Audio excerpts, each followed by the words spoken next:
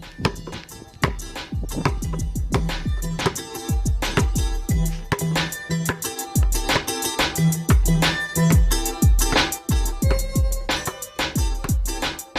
Hoop Heads Podcast is brought to you by Head Start Basketball.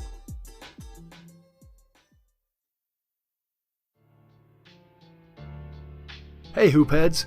Wanted to take a minute to shout out our partners and friends at Dr. Dish Basketball. Their Dr. Dish shooting machines are undoubtedly the most advanced and user-friendly machines on the market, and they truly accelerate skill development faster than ever. Learn more at drdishbasketball.com and follow their incredible content at Dr. Dish B-Ball on Twitter, Instagram, Facebook, and YouTube. Mention the Hoopheads podcast and save an extra $300 on the Dr. Dish Rebel, All-Star, and CT models. Also, make sure to check out the new Dr. Dish Home Machine, which is perfect for these crazy times when gyms and schools are closed. Visit drdishbasketball.com for details. That's a great deal, Hoopheads. Get your Dr. Dish shooting machine today. Hi, this is Coach Lionel Garrett from Wilberforce University, and you're listening to the Hoop Heads Podcast. Prepare like the pros with the all-new Fast Draw and Fast Scout. Fast Draw has been the #1 play diagramming software for coaches for years. You'll quickly see why Fast Model Sports has the most compelling and intuitive basketball software out there. For a limited time, Fast Model is offering new subscribers 10% off Fast Draw and Fast Scout. Just use the code SAVE10 at checkout to grab your discount, and you'll be on your way to more efficient game prep and improved communication with your team. Fast Model also has new coaching content every week on its blog, plus play and drill diagrams on its play bank. Check out the links in the show notes for more. Fast Model Sports is the best in basketball. This episode is brought to you by the Ready State Virtual Mobility Coach. Dr. Starrett is a movement and mobility coach for players in the NFL, MLB, NHL, and NBA, plus a doctor of physical therapy. Kelly has created a program called Virtual Mobility Coach. Every day, Virtual Mobility Coach gives you guided mobility videos. It walks you step by step through Kelly's proven techniques to relieve pain, improve range of motion, and improve performance. Try it completely free for 2 weeks, and if you decide to continue, you can get 10% off for life using promo code HoopHeads10. Visit thereadystate.com/hoopheads and use code HoopHeads10 at checkout. Again, that's thereadystate.com/hoopheads and use code HoopHeads10 when you sign up to get 10% off for the life of your membership after your 14-day free trial ends. The power is just being present and being there the whole time, every step of the way, so you can refer back to those points when tough times do arise. Kelly Oubre Sr. is the founder and CEO of Beast Developmental, as well as the father of an NBA player, Kelly Oubre Jr., who has specifically made it a point to be involved and active in every step of his son's journey. Kelly is dedicated to educating athletes and their trusted advisors around the world through Beast Developmental, using a three-dimensional approach to prepare athletes for success at the professional level. We recently launched the Hoopheads Mentorship Program. We believe that having a mentor is the best way to maximize your potential and become a transformational coach. By matching you up with one of our experienced mentors, you'll develop a one-on-one relationship that will help your coaching, your team, your program, and your mindset. The Hoopheads Mentorship Program delivers mentoring services to basketball coaches at all levels through our team of experienced head coaches. Find out more at hoopheadspod.com or shoot me an email directly, mike@hoopheadspod.com.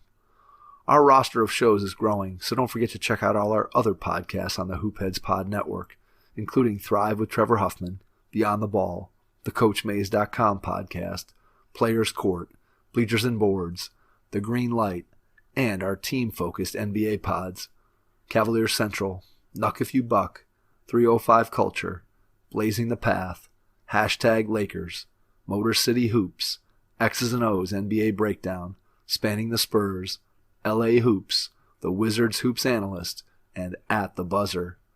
We're looking for more NBA podcasters interested in hosting their own shows centered on a particular team. Email us at info@hoopheadspod.com if you're interested in learning more and bringing your talent to our network. Take some notes as you listen to this episode with Kelly Oubre Sr., founder and CEO of Beast Developmental. Hello and welcome to the Hoopheads Podcast. It's Mike Klinzing here with my co-host Jason Suckle.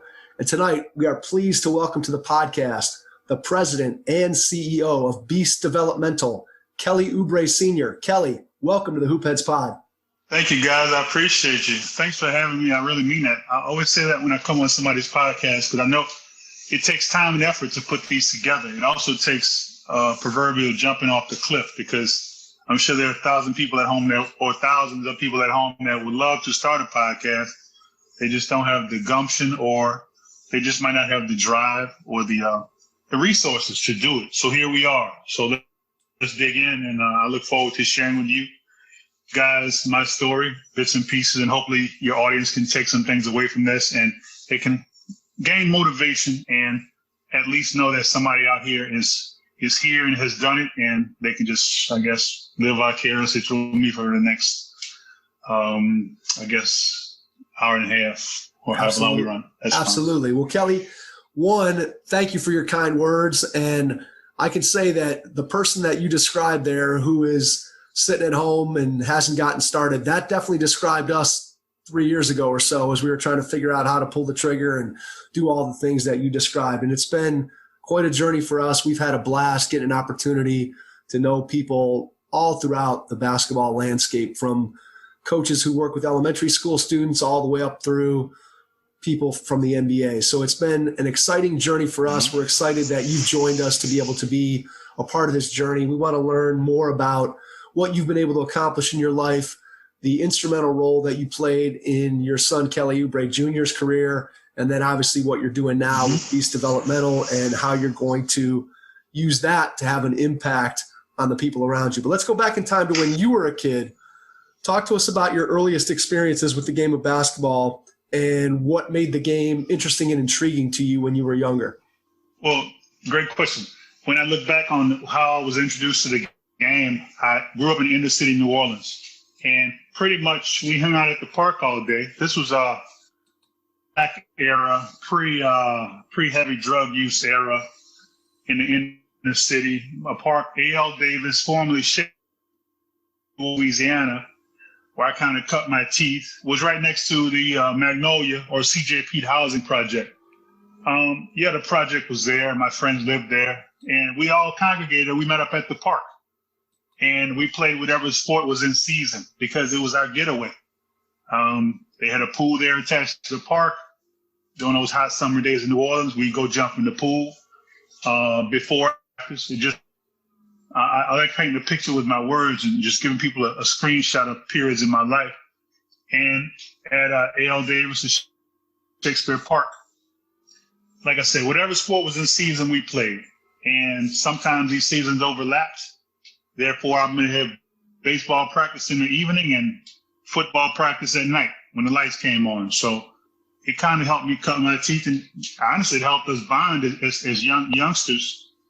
And, of course, we had our fights. We did everything. But at the end of the day, we all came back to that place the next day. And we did it all over again. And I have some very, very strong bonds that were created there and some lasting memories with some very famous people in the rap world, and just some people in the entertainment industry also that I happened to cross paths with as I was growing up in my young life in inner city New Orleans. The game of basketball was just a part of that everyday life. New Orleans Recreational Department, NORI, or as we call it down home, they were the governing body that saw to it that the sports in New Orleans for inner city youth went off without a hitch. And it helped a lot of youngsters like myself get used to and get accustomed to the rules and regulations of how sports are played and how sports are governed. And it was a beautiful experience, and I wouldn't trade it for anything in the world. All right, so a couple things from what you just said. One, how would you compare and contrast the way you grew up with sports, whereas you said you and I are about the same age, so I'm going to turn 51 here this spring.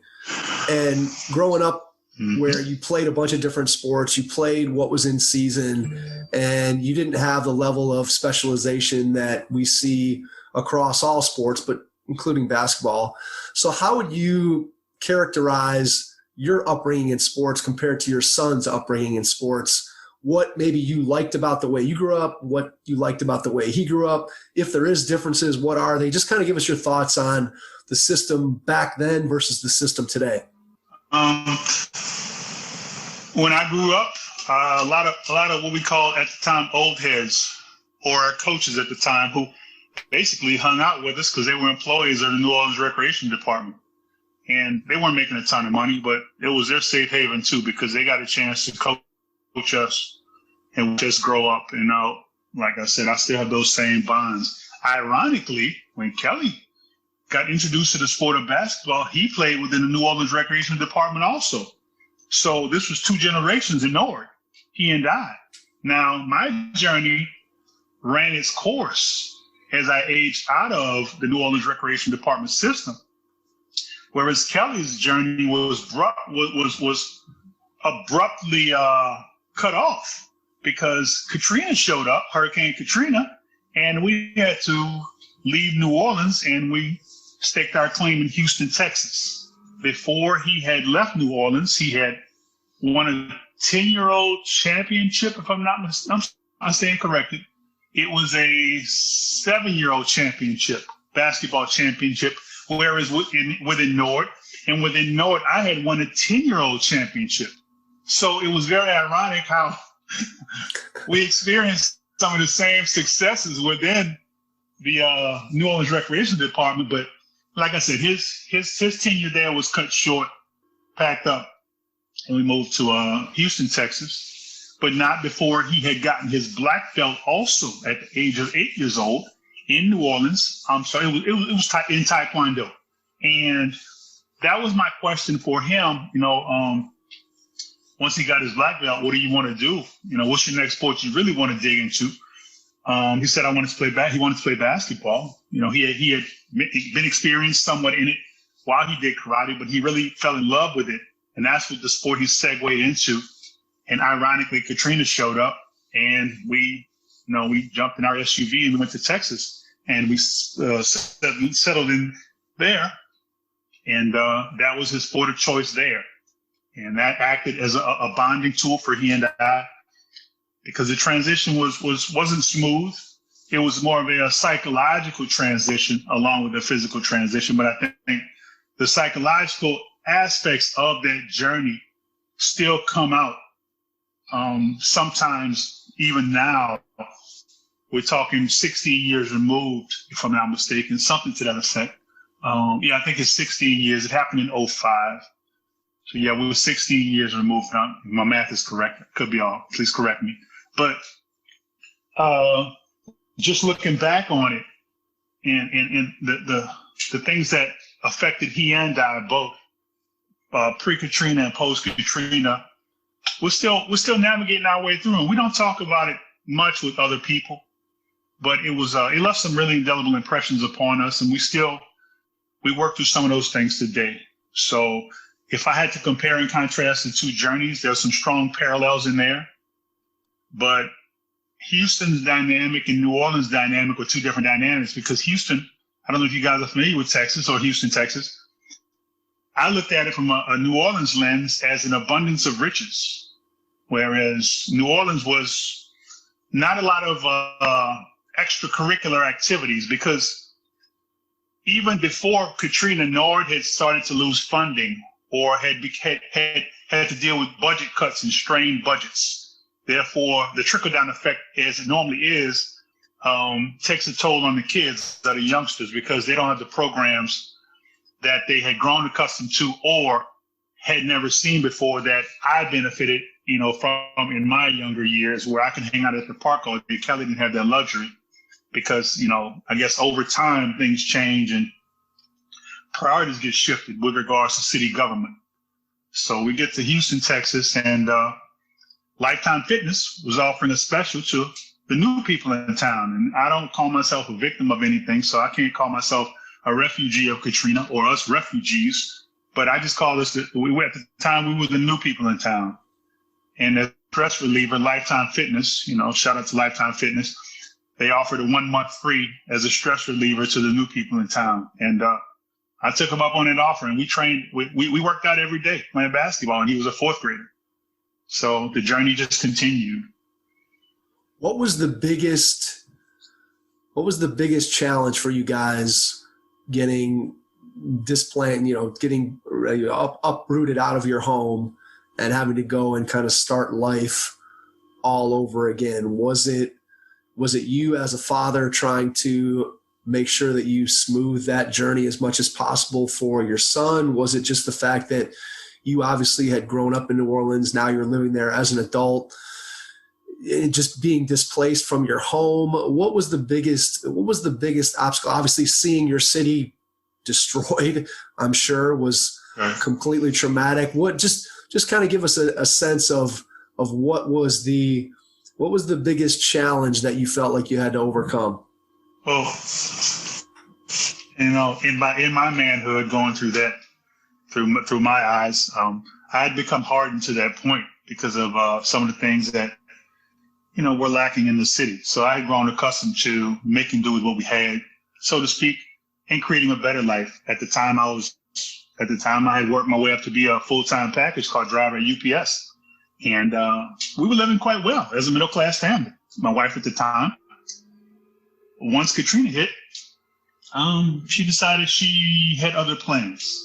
And a month into our new arrival, she left. And, I bear no grudges. I have no animosity towards her for making a decision in her life that she felt was the right decision for her. And me and Kelly, we never missed a beat because we basically had the mentality at that point that we were all we had. And I knew that there was no home to go back to, especially for a 4th grader. I gave New Orleans at least a 10-year window to get their stuff together or to get back on track, so to speak. And here we are to this day, 16 years removed from Katrina, and parts of the city are still dead. I refused to have my son grow up in that situation. That's why I worked so hard as he was a baby coming up through his formative years to provide him a better life, and then work myself up to middle-class status. And I wasn't about to back up at that point and regress or take him back into a situation that I couldn't. Basically, honestly, guys, I couldn't wait to get out of, and Katrina really benefited us more than it hurt us. Therefore, I'm not a victim of anything. So you can't get that, I guess you won't hear that point of view from a lot of people for their own personal reasons. And I totally understand. I sympathize and empathize, but at the time, I had to get this right because I had a young son in my pocket that I had to will into success, if you will, along with maintaining our peace of mind, our stability, and our mental focus as we navigated through those waters, those uncharted waters in a new state together, because we were really all we had. Yeah, home was 5 hours away, but that wasn't home anymore in our minds, because to go back there, if I had taken him back there, guys, I'd be doing him a grave disservice, because I would be putting him in a position where he literally would have to fight tooth and nail for scraps. And here I am in a brand new state, brand new city, 5 hours away from when I left, that was still within an earshot if I wanted to hop in the car and go back to visit. And here we are surrounded with an abundance of riches here. We're talking, the teams in high school play in field houses. They normally don't play at the school basketball. They play in field houses. The football stadiums are huge. You see these pictures of Jerry World in Dallas. Well, Houston has, yeah. So, and some of these things are a given. So that's why, even with no state tax, I think you're not taxed on the state level there. You are taxed. Your homeowner's tax are pretty high, and that pays for the education and everything, all the trimmings that go along with these safe neighborhoods and schools. So Kelly benefited from those things.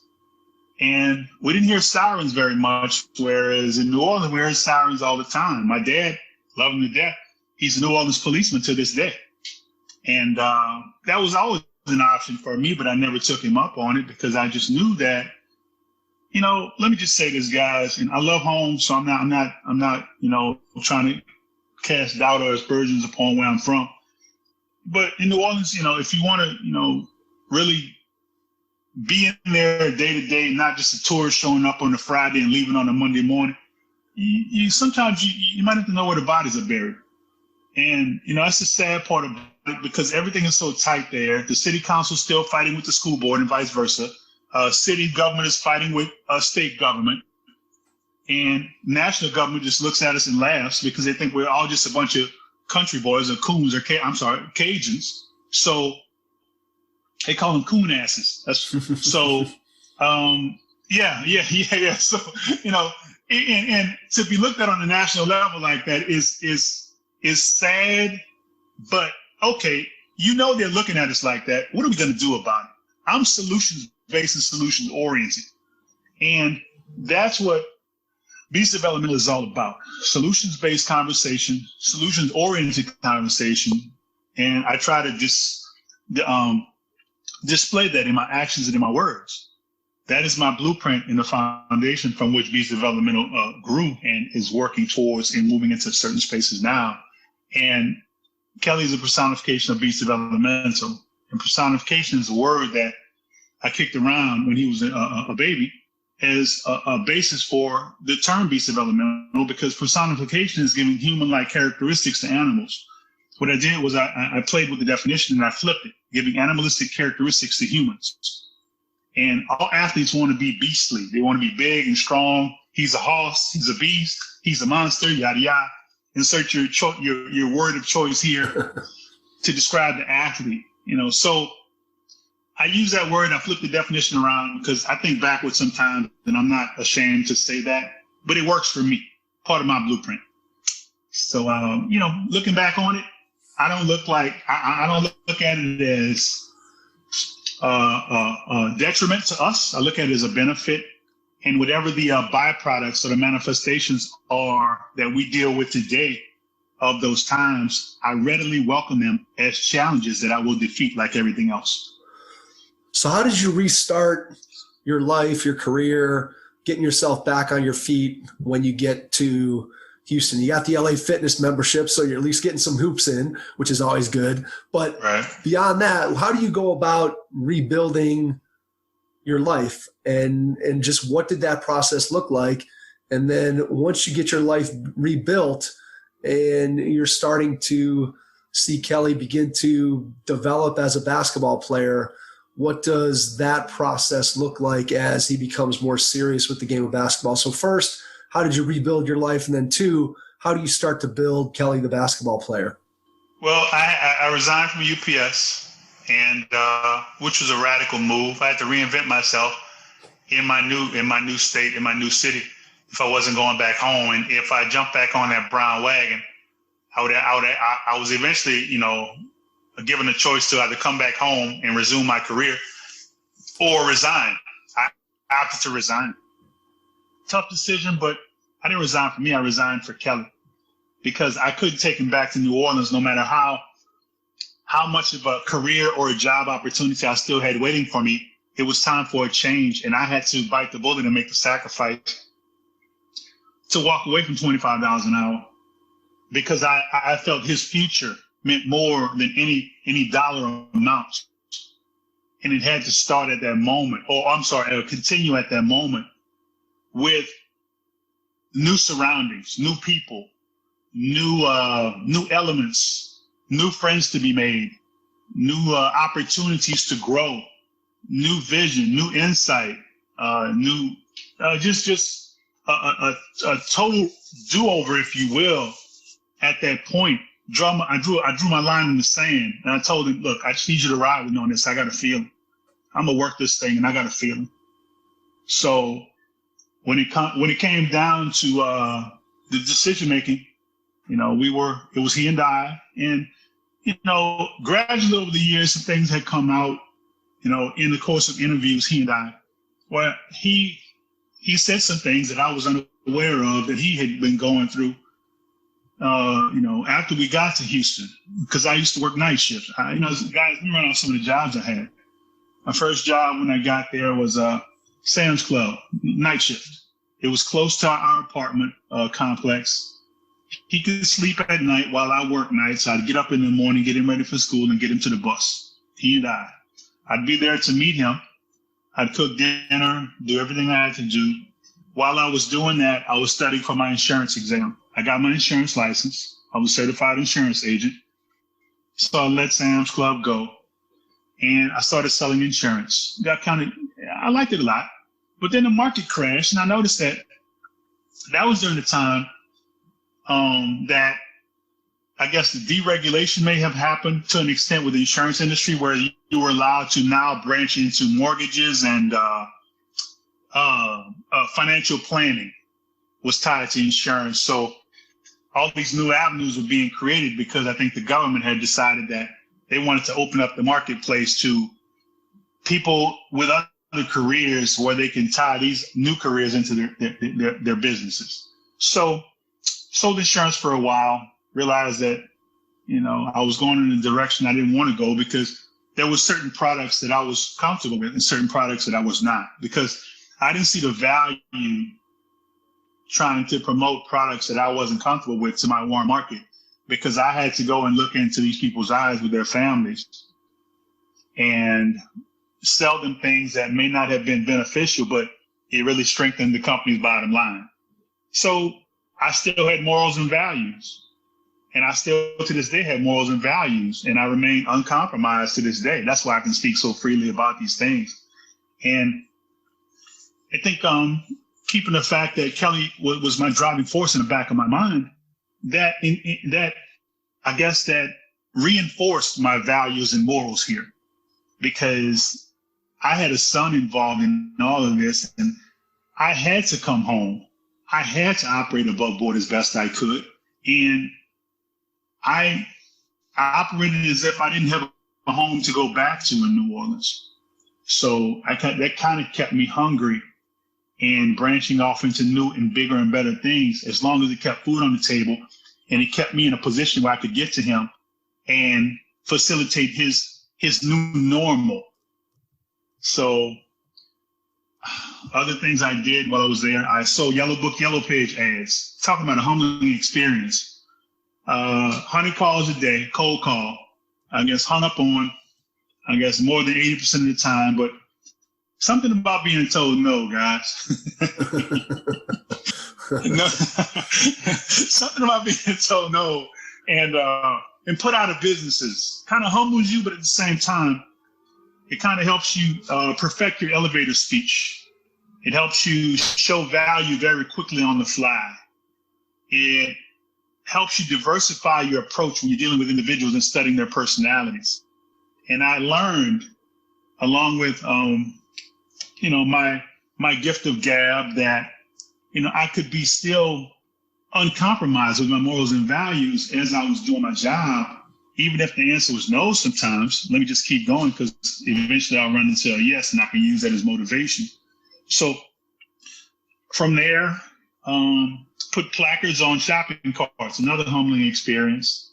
Here I am walking away from $25 an hour a couple of years earlier to now I'm selling Yellow Book, Yellow Page ads, in a humble way, because I have a son at home and I have to provide. So I had to make the necessary changes here to do what I needed to do for us, for the benefit of us.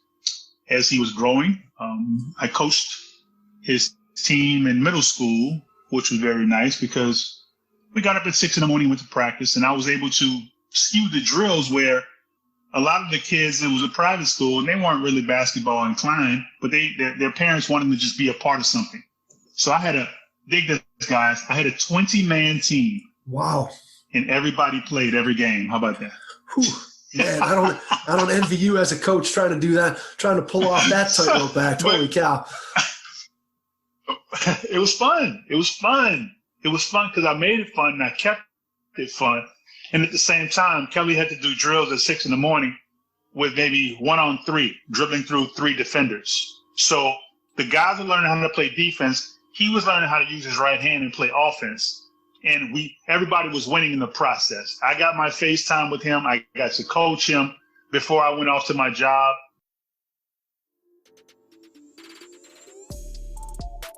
Hey hoopheads, we all hate ankle sprains, and they happen way too often. Ankle injuries are the #1 sports-related injury. Arise is trying to change that. With the iFast, your athletes get preventative protection and full mobility. Athletes no longer need to wear bulky braces that limit performance and give mediocre protection. Anyone playing sports should be using these products. Keep your athletes in the game. Don't wait for them to get hurt to take action. Visit www.arise.com, spelled ARYSE, and use the code HOOPHEADS to get 20% off the future of performance. That's ARYSE.com with promo code HOOPHEADS to get 20% off. At that time, I secured a position at Xerox, selling copiers. Keep in mind, the market had crashed around that time. And it was a tough market because Xerox has a very high price point with their copiers. And the competition had undercut us immensely. You know, even in Houston, Texas, on the heels of Enron, the Enron scandal, a couple of years prior to Katrina. And here I was at Xerox trying to sell copiers, and one of my major accounts was JP Morgan Chase. And I had like, I guess 300 locations. And when I took over the territory, I looked at it and I was like, I got excited. But little did I know that the market had just crashed. So the conversation, you know, when I would call JP Morgan Chase to check on him is, hey, I need you to come get this copier. How quickly can you get it? So that was 350 branches in and around the Houston area. And it was kind of disheartening, but I had a 2-year window at Xerox and I utilized it to the fullest. I learned a lot of my business acumen came from Xerox, also WW Grainger and UPS before I left New Orleans. And I learned to parlay all that stuff and put it into the gumbo pot to make it work for me and for us in the long run. So I think all those things were teachable moments and learning lessons along the way that I was able to convey to my son in real time and show him what the value of hard work could do with him, could do for him and for us. And I never took away the element of him being a kid, having fun, you know. And as I look back on it now, do I have any regrets? As things come to me now, I look back and wonder, could I have done some things differently? But I snap back into a form and I wonder, well, if it was something else I could have done differently, how in the hell was I going to do it? So no regrets at all. I had to forge ahead at all costs and do what I had to do for the benefit of my family. And, you know, in retrospect, here we are. Well, that's an incredible story just from a standpoint of giving up a really good job, being displaced from your home, losing your wife, coming back, and just putting in all the time and effort and hard work that you put in to obviously have a positive impact on the type of person that your son was going to become, both inside the game of basketball and outside of the game of basketball. So when you think about, you know, you talked about not having regrets, and maybe sometimes you look back and you think, oh, I might have done something different. Let's not focus on what you would have done differently. Let's focus on what you did do from a basketball standpoint. So you mentioned coaching him in middle school and getting him up and being a part of a 20-player team. What were some of the other things that, if you had to give advice to parents of a kid who's showing some promise in the game of basketball, what are some things that you did with Kelly? And it could be something on the basketball floor. It could be something related to things you taught him off the floor, just some advice that you would give to other parents who might have a talented basketball player that's in middle school or high school right now. What are some things you might tell them? Stay present, stay in the moment, always be able to use those snapshots of success as they segue or they navigate through the waters of their young careers or their young likes and dislikes in the sporting in the areas of sports. Always be present. Never, ever, please don't ever tell your young diamond or young athlete. That's what I call my young athletes, young diamonds. And I'll break my logo down for you guys a little later, and I'll explain to these things too, because I like my audience to know exactly what my logo means and how it came to be and what it stands for. Absolutely. So trusted advisors or parents, that's what I call my parents, trusted advisors. They're in a position to be clarifiers. A clarifier is somebody who can speak with information in real time about events or incidents that they, along with the young diamond, have gone through that no one else has gone through. That's priceless. You want to be, as a parent, you want to be a trusted advisor and a clarifier. What you don't want to be, you don't ever want to be a justifier. A justifier is a person who has to justify why they're hanging around or why they're coming around once the race is almost over or is well past the starting line. And they'll always be trying to justify their position in the grand scheme of things, whereas a clarifier will never have to justify once. A clarifier experiences the rarefied air along with the young diamond because they are a support mechanism for the diamond because they've been there through good times and bad. Justifiers cannot say that because they'll always be trying to convince you as to why they're there in the first place, or trying to get you to try this thing, this new thing, try this out, try this person out, go here, go there. And a lot of times, a lot of these people are sensed once they see market value in a young athlete or a young diamond. And their end game could even go as far as to eliminate the clarifier or the trusted advisor just to gain access to the young athlete or the young diamond. So that's what I would want to convey to my parents out there, that you have to dig in. This is a marathon, not a sprint. So, make sure you have multiple pairs of track shoes here, because you're going to wear holes in them. You're going to wear some big holes in the bottom of those track shoes, keeping up with your young diamonds. And you rightfully should wear holes in them if you're worth your salt. Willingly wear holes in them if you're worth your salt, because you look forward to the journey, and you look forward, if you're a clarifier, a trusted advisor, if you look forward to the journey, you look forward to getting bigger, better, faster, and stronger with the athlete. When I say that, I mean within the business of sports. While your young athlete or diamond is performing, you're sharpening your tools by doing the research before you ask coaches and trainers and anybody else affiliated with the game questions. You already done your research and you have a roundabout answer as to what it could possibly be. Now, will it be the same? No, because people see things differently. Now, with that said, you still can have some insight into the topic, because we all walk around with a computer in our pocket all day long. It's called a cell phone. We all have Google on our cell phone. We can look up the answers to the questions that we have in our mind all day, every day. I do it all day, every day, and I think it helps me. So to give those nuggets to parents or clarifiers, to give those nuggets to them is priceless. And that's something I'm more than willing to pay forward right now, because it empowers them. And it even it introduces them to the powers that they never knew they had.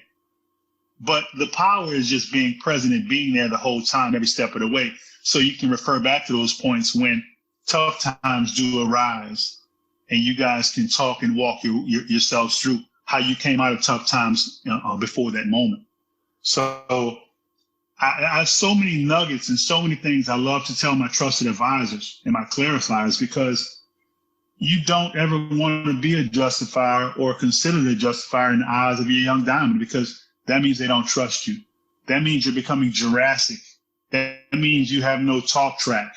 That means they can get the information that they need moving forward into the journey from somebody else. And you don't want that. And that is why this is a marathon and not a sprint. So get ready for the race and get ready to win the race, because I got a little secret for you. The race is never ending. So just start running. You're 100% right there. You are 100% right there. So my follow-up question to what you just said is, so if I think of myself, if I'm a parent of a young athlete or just a young person, and I'm going to help them to make good decisions along the way, what are some things, and again, I'll go back to the idea of, if I'm raising a basketball player who has aspirations of, let's just say, playing college basketball. So could be a female player, could be a male player. What are some of the questions that you would think that a parent would help to clarify along the way? So maybe there are inflection points along the journey where you ask yourself a question. Maybe it's, where do I go to high school? Maybe it's, what AAU club should I play for? Maybe it's, what trainer should I be working with? Maybe it goes a little bit further, and what college should I attend? And what kind of questions should I ask the coaches who are coming in, sitting in my living room? But just give us an idea of maybe some of the advice that you give to trusted advisors, clarifiers, when it comes to some of those questions along the route. Okay. Thank you. I appreciate that question, because I can use my three-dimensional approach here, and I pride myself on doing that. First of all, what you want to do is you want to establish yourself as the point of contact. Everything comes through the front door. Everything comes through you. They must understand, whoever they are, that they have to talk to you. And any questions you have to be answered in real time, because they are the experts in their respective fields, but you are the expert when it comes to that young diamond and the betterment of that young diamond, because you let it be known that you will not be compromised.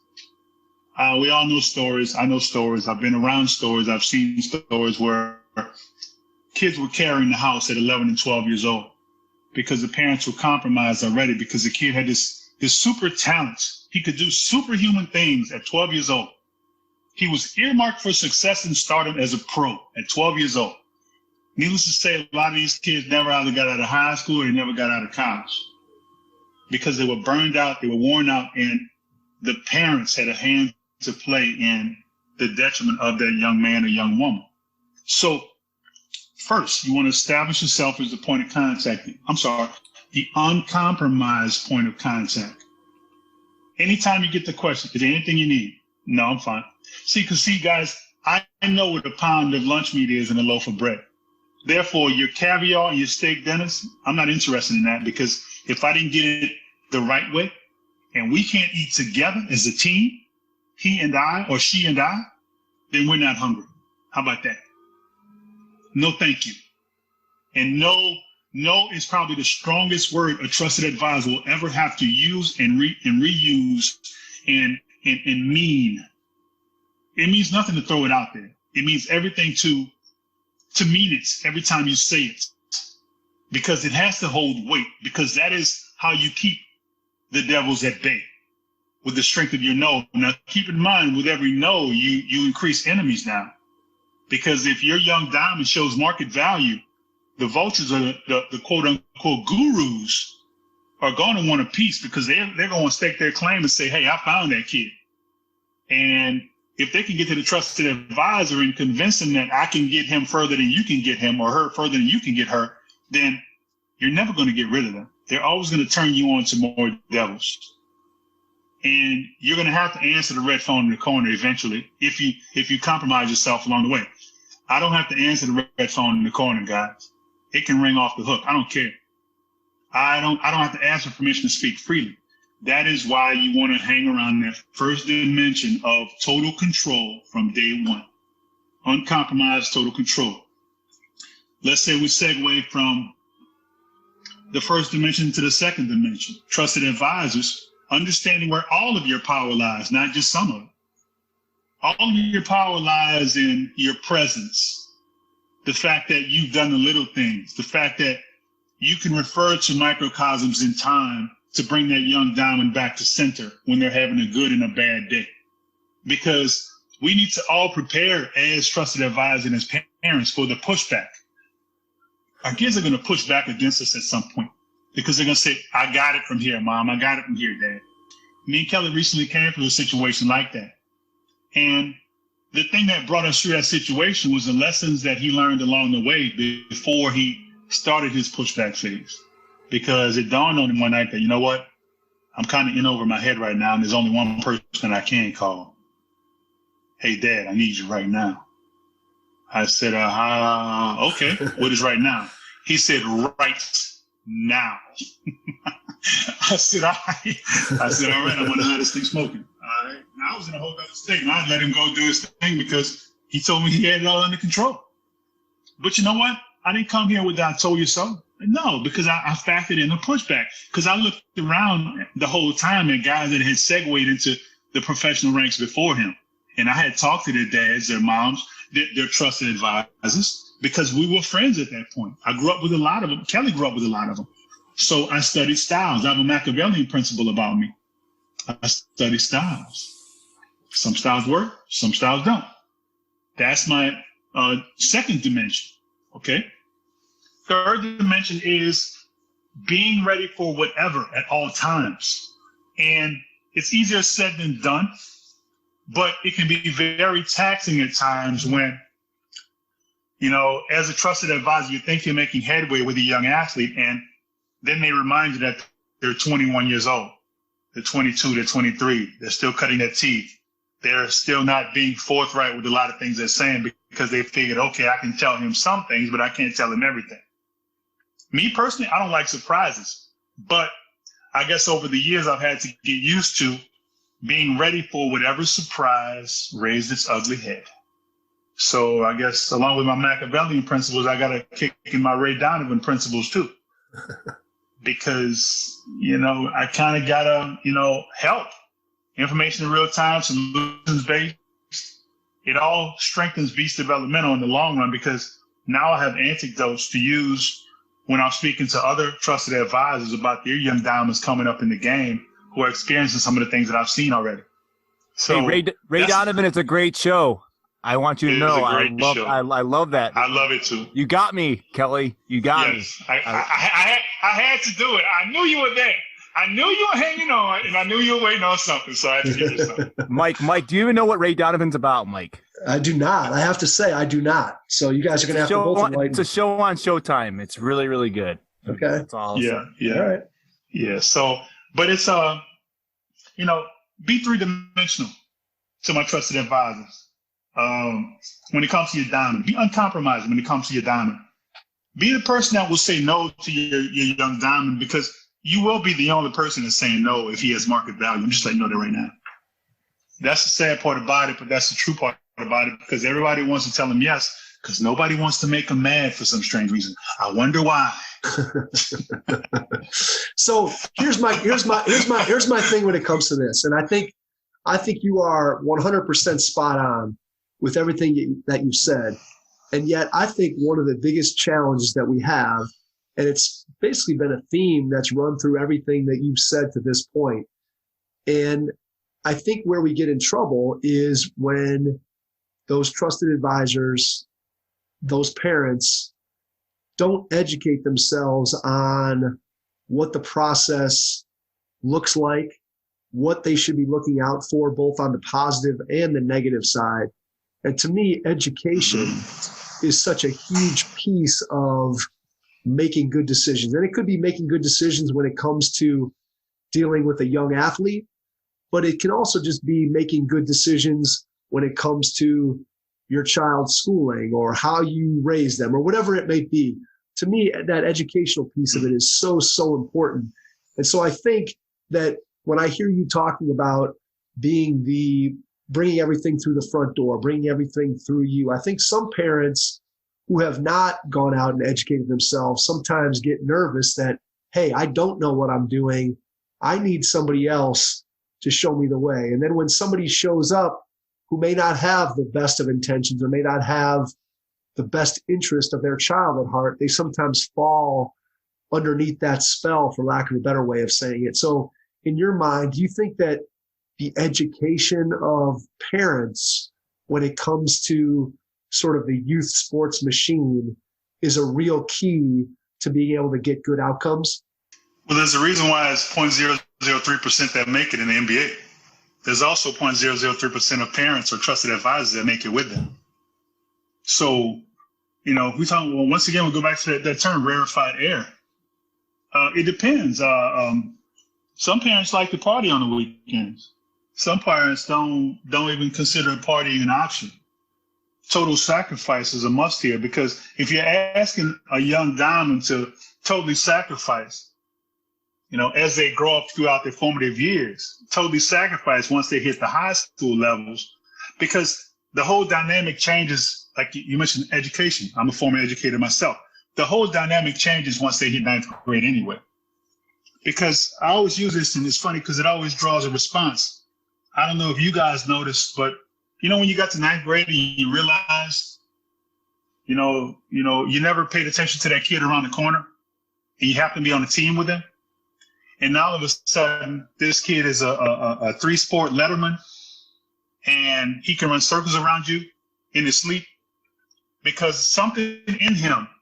He grew up around the corner. You saw him every once in a while, but you never really acknowledged him. But for some strange reason, this kid's a pro. And see, one thing about the young diamonds is, and Kelly was in a 5-star level. And I can tell you guys, I'll go back after I make this point. The first ones to realize that they can't compete are the kids. Mom and dad can have that you the man speech all the way to the game and all the way home. Well, those kids probably were too old anyway. All those good old-fashioned go-tos to make the kid feel better about himself sitting in the backseat with his participation trophy. But see, now in Texas, that's Texas. Texas was good for giving participation trophies, and it was interesting, but the dynamic kind of youngsters who were guaranteed pros because they're linked from two either college athletes or something like that. Houston was inundated with those types, and shout out to the parents who worked really hard out there to raise their kids the right way. But the crazy part about that is in ninth grade, the dynamic changes because now you're on the team with a kid who's a star, and you keep wondering how he became a star because he could be the kid you never see outside. But see, like Kelly was going into the ninth grade, we had boxes of letters from colleges waiting on him when he got there because he had been on the road to the King James Classic, Maryland Invitational, and all over the country since the 3rd grade anyway. So he was on the radar with Rivals.com, and he was I would say 4-star at first, and then he segued into 5-star by his sophomore year. So he was 5-star status along with a lot of the guys that you see in the NBA right now, and they all know each other since they were kids. So you asked about the summer ball situation, how a parent can handle that, or trusted advisor. I would strongly recommend that they really find out who the one team in town is, okay? Because every town, every city that's a metropolis probably has some kind of Nike affiliated team, a shoe team, or Adidas affiliated team, or Under Armour affiliated team. So the parent or trusted advisor must do their work, their work off the court, finding out who the hot team in town is, or who the one team in town's feeder system is, or farm system. Now, take you back to how it all began on the AAU circuit for Kelly. Kelly, a couple of weeks before Katrina happened, we were at Disney at the Milk House where they played in the bubble this year, where the NBA played in the bubble. So we were at the 3rd grade nationals. I saw a bunch of daddy coaches hanging up. I call us all washed up daddy coaches. So myself included. So here I am rubbing shoulders, and I'm coaching him at the time, summer ball, assistant coach for the team out of New Orleans. And, we have those downtimes. So I'm talking to dads. We're exchanging business cards. So by the time Katrina hit, 4 weeks later, guys, I already had 30 business cards wrapped up in a rubber band on the counter that I grabbed on the way out, on our way to Houston. So I knew people already when I got there. So it wasn't like I was in a foreign place and didn't know anybody. At least I knew where the guys were that I had just met a couple of weeks prior were, and I had a phone number to call them to let them know, look, I'm in town. Who has the hot team in town? Because see, that was my next move. Let's get him on the hottest team smoking off the bat and get him in somebody's pipeline or feeder system. So ironically, there were 2 twins who came out of the Houston area in 2013. They went to Kentucky. And that was the first team we went to in the 4th grade. And their dad was coaching them. Their dad said, I don't have a place for you, but you can go play for our baby team. So what I did was I'm already humbled because I'm in a foreign place. Kelly's looking, to at least continue playing basketball because he grew to love the sport in such a short time. And it was all still fun to him. So what I did was I took him to the baby team. The funny thing about it was the twin boys I'm talking about, and I'm not going to use any names because I love these kids to death. I love them to life, and their daddy was a great guy. So I'm just telling the story, and I'm using them as parts of the story because they really were. So the guys grew up, they were growing up, they were kind of parallel. They were a year ahead of Kelly. Kelly graduated in 2014, they graduated in 2013. They went off to Kentucky. And Calipari came to root Kelly, love Coach Cal, me and him didn't see eye to eye on something. We kind of saw eye to eye, but the local media in Kentucky tried to make it a story when it really wasn't. So strangely enough, they went on to Kentucky, but, throughout high school, Kelly had battled them, even though he was a year younger. And, let's just say if I had to do it all over again, I would have sent him to Kansas all over again because So I knew these kids weren't very fond of Kelly because he kind of had caught them and he was bigger than them and he was more aggressive than them, even though they were twin boys, and he had more upside than they had. So fixate in your mind a fourth grader showing up in a foreign place and seeing these kids for the first time. And by the time he graduated high school, he had already caught them and passed them, because that's that manufactured hunger that he had in his psyche when we left New Orleans. And I never let that die because, like I said earlier in our conversation, New Orleans is a place of have-nots. I love home, but I got to keep it 100. And Houston is a place of haves, big houses and big cars.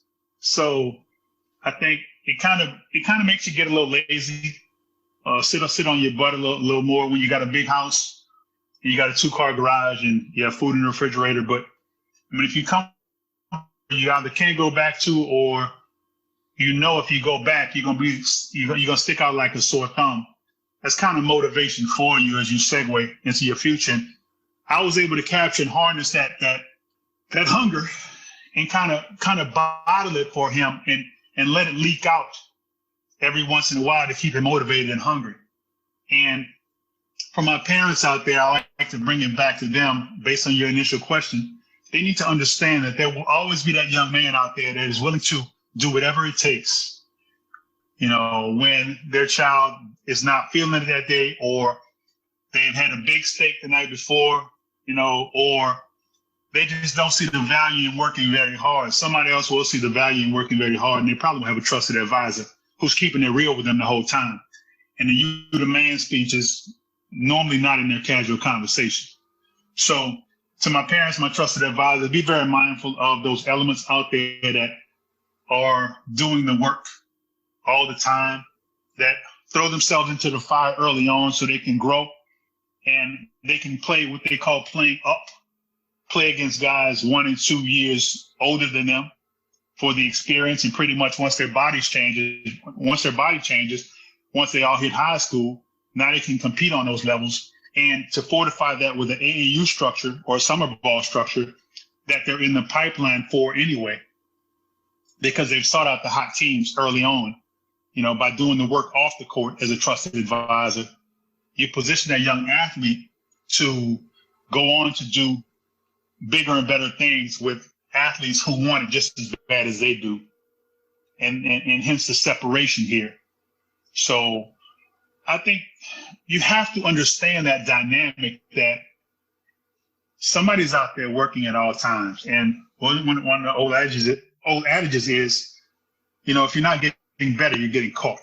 So just let that, be somewhat of a tool in your tool bag as a trusted advisor to pull out when you need to. If you're not getting better, you're getting caught, but not being overbearing to the young athlete where you don't make it fun for them anymore. You just increase their options with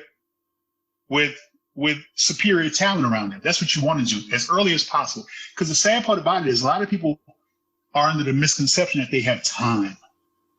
I have time. We have time. You do not have time. Okay. That makes total sense to me. I guess when I hear you talking and I just think about, I come back to that word education, of you going into the situation and having a good understanding of what was important to you, what you felt was important for your son's development. And by educating yourself on those things, you were able to put yourself in position to be able to best help him to make good decisions and maximize the opportunities that he's been able to get within the game. Hey coaches, parents, and group leaders. I want to introduce you to our newest sponsor, SnapRaise. SnapRaise is the nation's largest digital donation platform built to help teams, youth groups, and clubs raise money quickly and efficiently without selling products. SnapRaise builds your group a customizable campaign website, and students use their mobile devices to connect and engage with their biggest fans. My son's high school team used SnapRaise this season, and our team raised all the money they needed to fund their season and then some. Getting SnapRaise started is quick and free. Just visit snapraise.com and you'll get connected to a local SnapRaise expert in no time. As you look back over the course of your time, sort of, helping him to steer his basketball career, how has that changed from when he was a young kid and you're first making the decision of which AAU team you're going to go and play with versus he gets into college at the University of Kansas? He's got to make a decision, first of all, where he's going to go to school, chooses Kansas. Then after a year, you got to decide, are you going to go pro or you're not going to go pro, or you're going to go back to Kansas? And then throughout his coaching or throughout his playing career within the NBA, just maybe talk about how your role has shifted, changed, or kind of where things stand now compared to early on when you were advising him and doing those things. Well, as he segued and he went to Findlay Prep, he didn't go there because his grades were bad. He went there because he had to get ready for the next level. I told my friend who was coaching at the time, he's not coming here to be recruited. So don't waste my time with a bunch of college coaches calling me, bugging me with spiels, because at that point he was a 5-star and he had already received letters, lots of letters, and a lot of subsequent offers from a lot of heads of conferences. Let's just say heads, not the strugglers in the conference, the heads. So the reason he went to Findlay was because his high school coach in Houston, sadly enough, kind of had inroads to the University of Texas program because he had sent a couple of kids there before. So, of course, as a novice high school coach, not realizing the power of this athlete who was a 5-star when he showed up on his doorstep, having a trusted advisor who already was savvy enough to being able to navigate the national waters and position his 5-star to be on trips every weekend, going out of town, and showing up back in high school on Monday with stories to tell.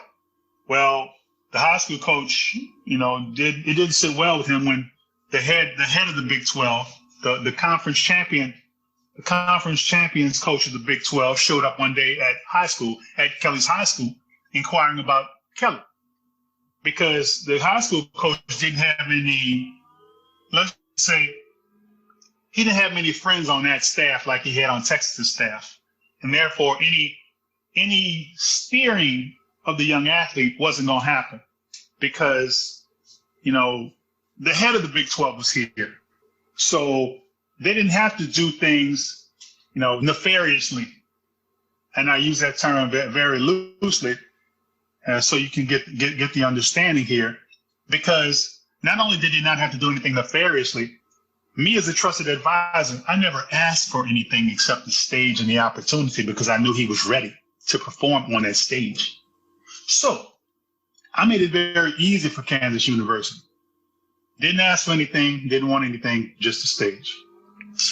Okay. Was it easy? Of course it wasn't, because, he came in and, coach made some promises, and I didn't hold him to those promises because shortly thereafter he broke the tentative promises. But I wasn't really worried about that because, once again, guys, we were just there for the stage. Kansas won the Big 12 10 years in a row at that point, and they played on TV every night. Once again, that's all I needed was a stage, because that's the same stage I wanted back in Houston when he played for the Houston Hoops, the one team in town that everybody in Houston gravitated to. And if they didn't gravitate to that team, they just weren't good enough to play on it. Let's be honest. So he had come up in the ranks of the Houston Hoops, Nike EYBL. He had segued into Kansas, and with the same intentions, by myself, and that's just to put him on the stage so the world can see his talents and let the chips fall where they may. Another reason why I sent him to Finlay Prep in Vegas, I know I'm dancing around, but I'm just trying to stay in that high school era, was because the year before, coming out of Houston, or coming out of Texas, I'm sorry, they took 5 McDonald's All-Americans from the state of Texas. And since I didn't make many friends in Texas because I never compromised my son along the way, if there was ever going to be someone that was going to get slighted in the process at the end, is that last shot at the trusted advisor who thought he knew everything or thought he was in control. Let's just show him before he leaves. It was going to be me and Kelly, because I didn't ask for anything. I didn't take anything because I didn't want anything. And I saw the opportunity where a lot of the locals who even made it to the 5-star status level, they still were operating with that big house, big car mindset. And so were their trusted advisors or the handlers that they had befriended along the way. The justifiers they befriended along the way. So with that being said, I saw the value there in the power, again, like I said to my trusted advisors. The word no carried me through the elementary level, middle school level, the summer ball level, the high school level, and the college level. It was no every time. No, no, no, no, no. I'm not interested. I have this under control. I don't need your help. Everything here is fine. We'll work it out. And we appreciate it, though, but no thank you. So the power of that word along the way and in the journey spoke volumes every step of the way, not just partially. So once I segued into being a trusted advisor from the high school level, I had to learn how to negotiate contracts. I had to learn how to hire and fire people based on his personality. Yeah, he was young, and yeah, a lot of times, I'm 51 also, a lot of times if I had become Jurassic in the process and I didn't maintain my talk track or my education level along the way that paralleled his, as he ascended, I had to ascend too, then I might not have been savvy enough to know how to negotiate contracts, to know how to negotiate high contracts and not be enamored by $1 million conversation. So I think digging into it and looking back, you asked me about the growth aspect. Yeah, the negotiation aspect, the respect aspect of all parties involved, even the coaches that kind of, didn't sit well with me for whatever reason. I still respected them because they had a job to do. And if they were operating like business as usual, this is what they're used to. They're used to getting what they want because of their positions. You know what? I had to operate for the betterment of Kelly like I had started to do back in the 4th grade or when he was a baby. So no matter what they had to do, I also had a job to do. And I was going to do that job. And they weren't going to outwork me. And I wasn't going to compromise myself, because the worst thing that probably would have hurt me more than anything else, guys, was me having compromised Kelly along the way and him finding out about it. Because that goes back to my morals and values here. And at least I can stand on my square and I can tell him, look, I never compromised you one time. And that's because I loved you. And our love transcended everything, and it still continues to this day. So I hope I answered your question. Like I said, guys, I like painting the picture with my words and trying to answer the questions as much as I can, as best I can. But, the negotiation aspect, the communication aspect, the not being intimidated in the room when I'm dealing with GMs and owners, but understanding that I have a place too here, and it's a respectable place because I respect them and they respect me. So am I going there with big guys trying to get autographs? Of course not. That's not how sharks and orcas move, because they don't have to. There's always a calm about a great white shark. If you notice, he's not rushing for anybody because he doesn't have to. Right. When have you seen him swim really fast? Exactly. Not too often, except when he's popping out of the water to get that seal, right? Except when he's popping out of the water to eat a seal, right? Exactly. Other than that, Exactly. they're moving pretty slowly through the water.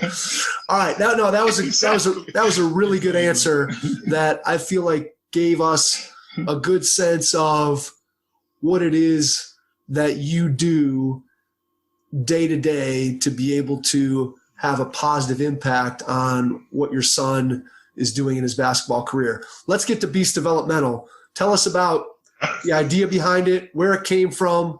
Tell us a little bit about what you hope to do with it, and just give us the elevator pitch for Beast Developmental.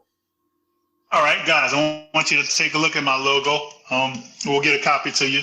Everest will get you a copy. On top, and I want to break down the structure of it, how it was formulated. Beast Developmental, the word, operates as a drone on top of the logo itself and the words around the logo. That's because Beast Developmental hovers above and sees all pertaining to the young diamond, the diamond that's in the middle of the logo. To the right of the word Beast Developmental, if you go in a clockwise motion, you see a trusted advisor. Trusted advisor is a person, as I've alluded to throughout our conversation, that has earned the right to be there, albeit sometimes alone, but not only has earned the right, but has maintained the right through not becoming Jurassic in the process and growing along with the young diamond to his left. So you got Beast Development on top as a drone, offering as a support mechanism to the trusted advisor and the young diamond in the middle. Under the young diamond in the middle, you have peers.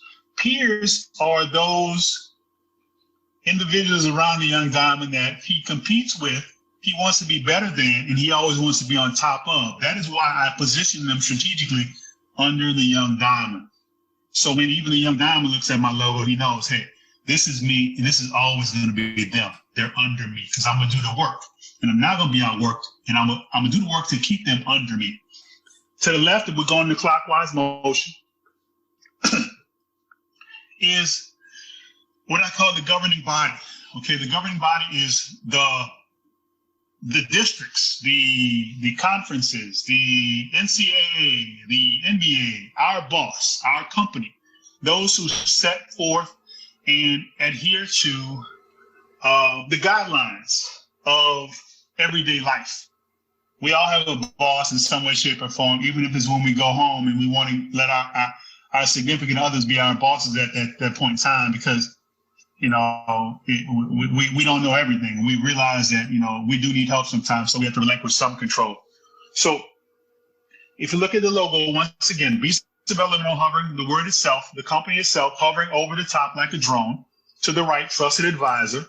My young diamonds are in the middle, surrounded by 3 thickly enforced walls. There's a reason why they're so thick, because that diamond in the middle is protected at all times, on all sides, by the thickness of the walls, because he is within his enclosure. He's within his empire. Okay. Now, peers at the bottom for motivation and competition, and governing bodies to the left for laws being set forth and enforced. And we all need to be governed by some structure. And I think it keeps a level playing field, no matter what your playing field is or whatever company you work for. We all have laws that we have to abide by, or we won't be working there very long. So that's a breakdown of my logo.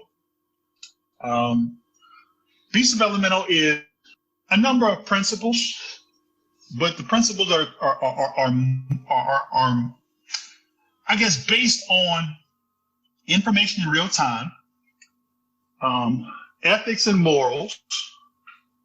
I guess a Machiavellian type principle where you can study styles and you can be malleable in your approach as a trusted advisor, because you understand that you can't become Jurassic to your young diamond. Beast Developmental will oversee that, reinforce that, and help you navigate through your peers and those governing bodies also when it comes down to the application and contract negotiation also. So it's a lot of little things incorporated in there. And as people secure our services, they realize that, this is not a one-stop shop. This is a marathon group that's willing to run a marathon with us, and they're ready to walk us through every step of the way. And this is not a shameless plug. This is what I do, guys. I've been doing this for 20 plus years. The concept happened on 12/9/95 when Kelly was born. So I give away more information than I monetize, trust me. Because if you get me talking about it, I become so passionate about it. I want to help everyone in this world with the understanding of, I would rather you have to walk through, what they say, a lion's den with pork chop drawers on, with a trusted advisor, than try to walk through that lion's den by yourself. because I think that's what it means. And that is beast developmental. Like I said, it's a reversal of the word personification's definition, giving beast-like characteristics to humans. And I think that's a starting point. Let me just say that, because as I grow, I become stronger. As this thing grows, it helps everyone around it become strong, because there are so many lessons to be learned here. I get calls from guys that I talked to 15 years ago. Mr. Kelly, you talk the same way now that you talk then. You say the same things, you use the same words, the same terminology as you used back then. I says, well, you know why? It's because I'm passionate about what I do. I've always had a vision about what I wanted to do, and I know I'm going to do it at all costs. So I hope that was a good breakdown of beast developmental for you. That's my passion, guys. And like I say, I'm not ashamed to admit I'm gonna give away more information that I'm gonna monetize. Trust me. Well, there's no doubt that your passion for this comes through loud and clear through the microphone. And I think what you just said about feeling like when people talk to you that you use the same words, the same concepts, the same ideas 15 years ago that you're using today, I think that what that means to me is that you were keeping it real then and you're keeping it real now. So it's not that, you're putting on some show because, hey, my son now got to the NBA and you're trying to retrofit history to what happened compared to what really happened. You were keeping it real back then and you're continuing to do that. And to me, like I said, I think the thing that flows through all of this is making yourself educated about the process. And again, in this case, it's the process of how do you help a young athlete to develop and reach their highest potential. But I think that same thing can apply in lots of different areas of life, that if you educate yourself, you're going to end up with a lot better outcomes. And to that end, I congratulate you for getting this thing off the ground. And I'm sure that you're going to do great things with it as we go forward. As we start to wrap up here, Kelly, I want to ask you a fun question, because your son is known for his fashion. So where does that fashion sense that he has, where did that come from? Does that come from you? Does that come from somewhere else? What's the genesis of his unique fashion that he's known for in the NBA? Well, my dad he was a detective with the New Orleans Police Department, juvenile division. He always had suits in the closet. And as a youngster, I didn't like suits. I didn't want any suits. But I remember going to a nightclub. Funniest thing. I was thinking about this last night. Strange. I'm glad you asked that question. I went to a nightclub in New Orleans, early 20s, right? Super Bowl was in town. Emmitt Smith was in the club with a white Nehru College suit on. And it's not with a couple of ladies around him. I'm not saying the ladies, he's always been a humble guy. He had a little drink in his hand. He was sipping his little drink in the straw. As I walked past Emmitt, we head nodded at each other. What's up? What's up? That was it. I was good with that. I'm not a bopper. I don't run around looking for autographs. I don't need that. What's up? What's up? That was it. So give me a head nod. I'm headed to the bathroom, guys. Funniest thing in the world. Some guy surrounded by 2 or 3 girls himself with a drink in his hand. This guy is talking to the girls. And he's looking at Emmitt Smith the whole time, talking about all of the things that Emmitt Smith is not. And just a hater, just a club hater evidently. This is Emmitt Smith, dude. This dude has a pristine white Nehru College suit on. I think, as a matter of fact, the Nehru collar, I think it had that Dallas blue t-shirt underneath. So polished on and off the field. This guy, this hater, just in the corner, trying to make himself look good for the ladies, couldn't hold the candle to Emmitt Smith. So it was just the funniest story. And even back in my early 20s, I wasn't a follower. I belonged in those situations with those people because a simple head nod was good enough for me. So I fast forward to this day when I'm in the room with them now. And you know what? A simple head nod is good enough for me. Bumping fists is good enough for me. And when I go to the games, little secret about myself, I normally put my earbuds in my ear and I listen to classical music while Kelly is playing. I just set it to music because it keeps my blood pressure down. I don't have to hear the background noise or the yelling and screaming. And it transcends even to home, because what I do when I'm at home is I can watch a whole day of college basketball or pro basketball and not turn the sound on one time. And it's strange to people that are sitting there with me, like, why don't you turn the sound on? I says, well, I just don't see the point in it, because I can pretty much dissect the game and keep up with the fouls and the ebbs and flows with the sound off as long as I'm looking at the picture. And I like that because it puts me in a safe, calm space. I have no emotion involved. I don't have to hear the third-party narratives or the stories. I can just get down to the business in hand, and that's the basketball. So, I kind of went on a tangent there, but I wanted to tell y'all a funny story about the Emmitt Smith and the Hater situation. Can I ask a follow-up question? I'm jumping in. Yeah, sure. You got me.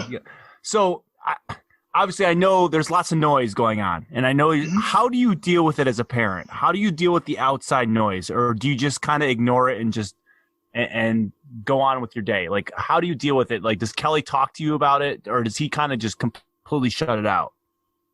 You know what I do? I differentiate my approach. I might send a small text. Simply, you good? With a question mark. That gauges the temperature if he wants to talk. Yeah, I'm good, Pop. I'll call you when we get to the hotel. Or, yeah, I'm that's it. Or I might call him on the phone. Hey, you good? Yeah, I'm good, Pop. Then he starts talking at that point. Or I go to his house. We don't live together. I'm not a helicopter parent. And, I pull up on her. And I said, let's go for a walk. Let's talk. Or let's go for a ride. Let's talk. But it's various ways that I can do it. But you know what I can always do, guys, as a clarifier, as a trusted advisor? I can bring him back to center. I can bring him back to center with a casual anecdote or just a couple of open-ended questions to get him talking. And we can talk about strategy and breakdown and his perspective on things and how he sees them. Well, at that point, what I can do is I can drink in what he says. I can process it. And I can, if he's down, I can build him back up or bring him back to center, put him in the right frame of mind. And he knows the whole time that I'm there for the right reasons. Not some fictitious reason, not because I'm living vicariously through him. He made us look bad when he had a bad game. No, you didn't. No, you didn't. You had a bad game, so what? Throw it in the trash and get on to the next one. And we will live to fight another day. And you know what's funny? It was draft night. And I would always tell him at Kansas, just beat Kelly Oubre. Beat Kelly Oubre. And I was extending some of my texts at Kansas with him. Beat Kelly Oubre. On draft night, he reached over once he had his name called, the 15th pick to the Washington Wizards. I whispered in his ear, we are Kelly Oubre.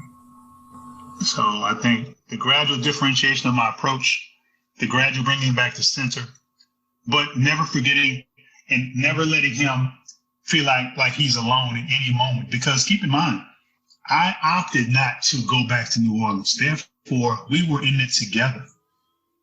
So why the hell would I abandon him now?